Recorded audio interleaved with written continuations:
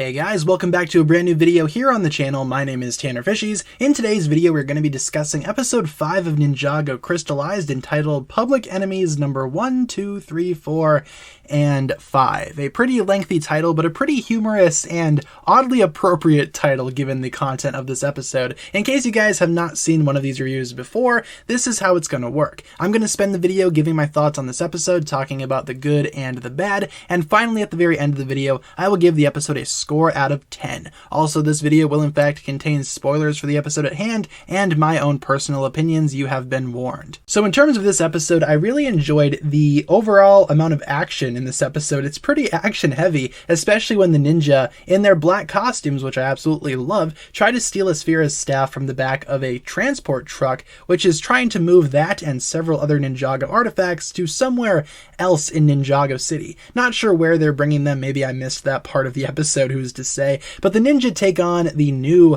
ninja, I guess you could say, or as I call them, the Starburst Ninja, a much better name, and the action is pretty cool, especially when the truck gets airborne. Zane basically picks up the truck using his jet, and it's basically just chaos front to back. I just love how quickly the episode moves, especially with the action and all of the combat sequences. Really cool stuff there. Overall, the battle between the ninja and the Starburst Ninja, it's actually the first time that I found myself enjoying the Starburst Ninja as characters. Again, we can see that they're pretty much shills for the government. They pretty much just work for the Ninjago City mayor, and they really don't care about the other ninja. That's what makes them such interesting antagonists, I guess you would say. Maybe calling them antagonists is a little bit too far, but they're definitely not allies, at least at this current point in time. Also in this episode, Nia is still frozen, and Asphira takes a good long look at her, realizes that she needs the staff in order to do pretty much anything, and that's why the ninja are pretty much after the staff in the first place. Speaking of Asphira, I really like how her and Wu have a few interactions with each other. It's clear that Wu really doesn't trust Asphira still, and for good reason. They have a lot of history, and I just love how that was put on display. Again, Master Wu this season seems to be kind of disappointed in the ninja, kind of making me think that something bad might happen to Wu later on in the season, and maybe the ninja might feel guilty about it, who's to say.